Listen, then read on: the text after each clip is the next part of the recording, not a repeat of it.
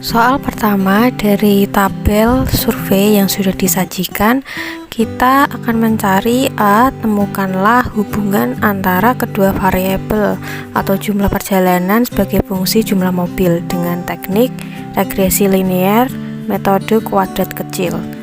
Catatannya di sini kedua variabel adalah variabel diskrit. Jadi jumlah perjalanan dan jumlah mobil adalah bilangan bulat positif. Yang B, berapakah koefisien korelasi hubungan linear kedua variabel tersebut? Jika jumlah perjalanan dinyatakan sebagai variabel Y dan jumlah mobil dalam perjalanan dinyatakan sebagai variabel X dan jumlah zona dinyatakan sebagai N. Di situ jumlah perjalanan Y sama dengan 6080, sedangkan X 2320, sedangkan N sama dengan 8. Maka jumlah rata-rata perjalanan yaitu 6080 dibagi 8 sama dengan 760. Sedangkan jumlah rata-rata mobil yaitu 2320 dibagi 8 sama dengan 290. Nah, maka antara hubungan kedua variabel yang diperoleh dari regresi linear itu dapat dinyatakan dalam persamaan, yaitu RYR atau Y regresi sama dengan A mula-mula ditambah A1 kali X. Y regresi di sini adalah jumlah perjalanan sebagai fungsi jumlah mobil.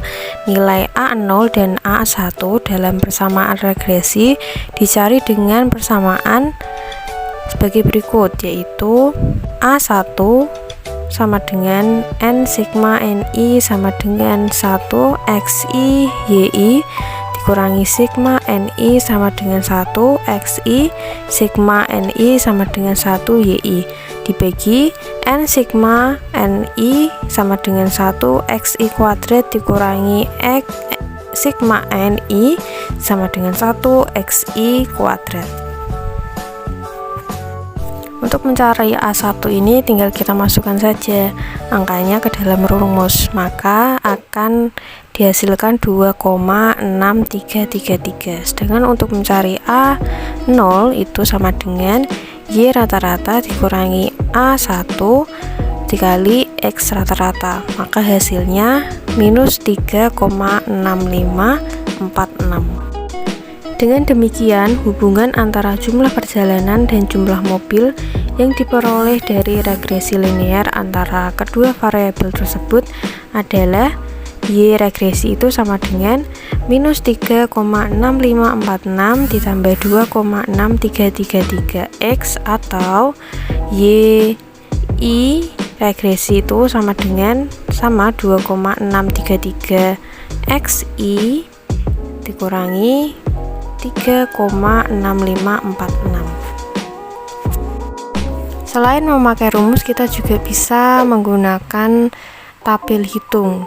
Jadi ini adalah tabel hitung regresi linear antara hubungan antara jumlah perjalanan dengan jumlah mobil dengan metode kuadrat terkecil. Di sini menyatakan I, XI, YI, XI, YI, dan juga XI kuadrat. Dengan adanya tabel hitung ini akan mempermudah kita untuk mencari regresi linearnya. Kemudian di soal selanjutnya terdapat angka-angka yang menyatakan kuat desak beton dalam satuan MPa yang diperoleh dari uji laboratorium terhadap 36 buah sampel. Maka ada 5 pertanyaan di sini. A. Buatlah tabel frekuensi dengan rentang kelas 2 MPa, batas bawah rentang kelas pertama adalah 23 MPa. Yang B. Hitunglah nilai rata-rata, median, dan modus kuat desak beton dengan memakai tabel frekuensi. C. Hitunglah nilai simpangan baku kuat desak beton dengan memakai tabel frekuensi. D. Hitunglah rentang keyakinan kuat desak rata-rata dengan tingkat keyakinan 90%. Dan E. Ujilah hipotesis yang menyatakan bahwa kuat desak rata-rata beton tersebut adalah 32 MPa dengan tingkat keyakinan 95%. Jawaban A, tabel frekuensi adalah salah satu cara penyajian data.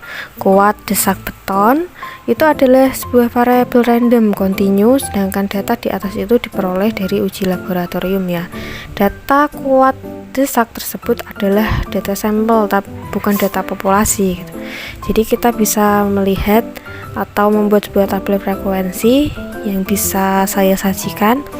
Di situ ada kolom I, kelas X yang menyatakan MPA, XI, F frekuensi I, kemudian FI kali XI, FI XI kuadrat.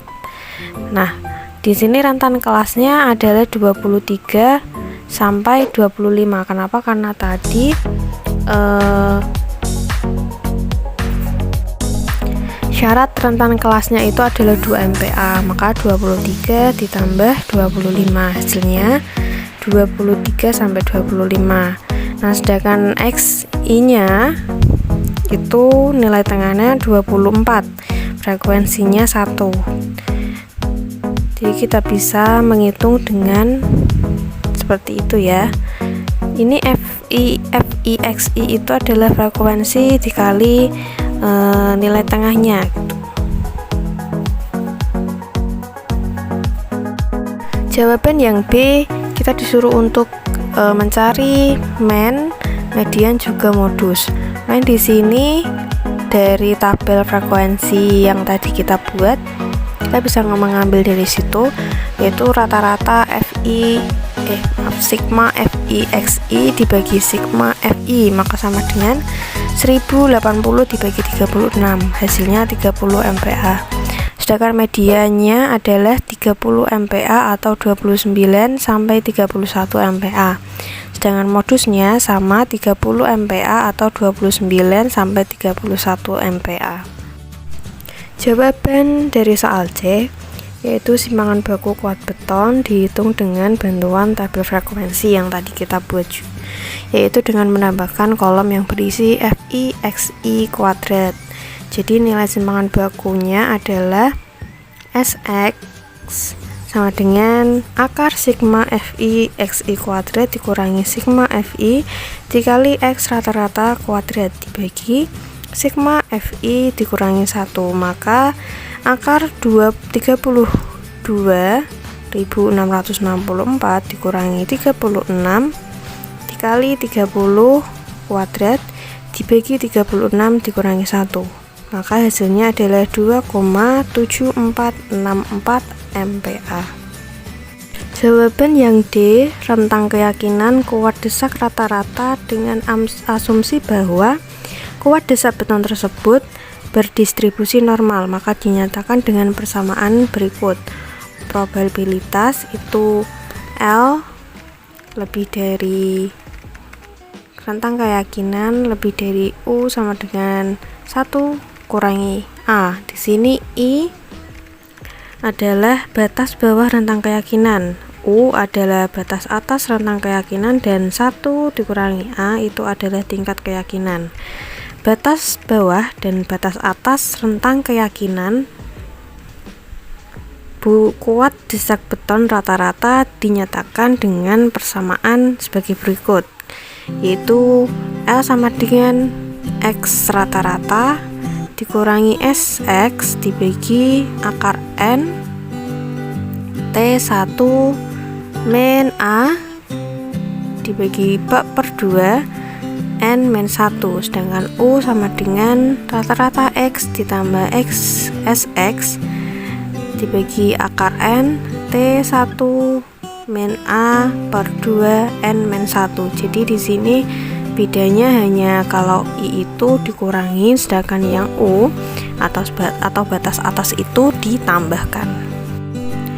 Di sini nilai T 1 min A per 2 N min 1 itu adalah nilai T pada, bisa kita mencari mungkin di Google ya tentang PDF distribusi T, sehingga probabilitasnya itu sama dengan 1 min A per 2 pada nilai derajat kebebasan F itu sama dengan N min 1 dan N ukuran sampel.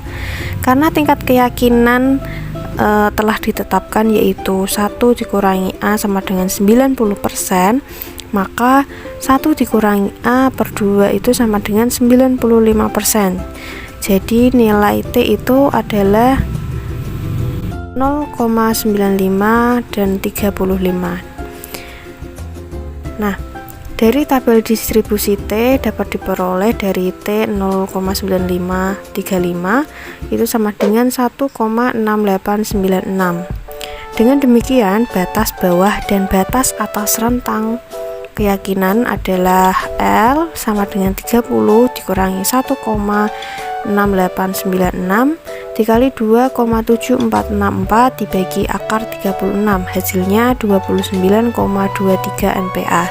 Sedangkan U, batas atas rentang keyakinannya adalah 30 ditambah 1,6896 dikali 2,746 dibagi akar 36 sama dengan 30,77 MPa. Nah, dengan demikian rentang keyakinan 90% kuat desak rata-rata adalah probabilitas 29 antara 29,33 MPa dengan sama dengan 30,77 MPa, yaitu sama dengan 0,90. Jawaban soal nomor E yaitu tentang uji hipotesis, di mana uji hipotesis nolnya sama dengan 32 MPa dan uji hipotesis pertama tidak sama dengan 32 MPa. Karena varians populasi tidak diketahui, maka statistika ujinya adalah T sama dengan akar N dibagi SX dikali X rata-rata dibagi rentang keyakinan 0, jadi sama dengan akar 36 dibagi 2,7464 dikali 30 dikurangi 32, hasilnya minus 4,3693. Batas-batas penerimaan atau penolakan statistika uji dengan tingkat keyakinan 1 dikurangi A sama dengan 95% dan jumlah nilai sampelnya adalah 36. Jadi diketahui maka TA per 2, N-1 sama dengan T 0,025,36 dan T1 min A per 2, N-1 sama dengan T 0,975,35. Nah, dengan demikian statistika uji T itu sama dengan minus 4,3693 ya, dan itu berada di luar rentang penerimaan hipotesis H0 gitu. Karena dimana T itu harus lebih dari 2,0301 sehingga hipotesis yang menyatakan bahwa kuat desak rata-rata adalah 32 MPa itu tidak diterima atau ditolak.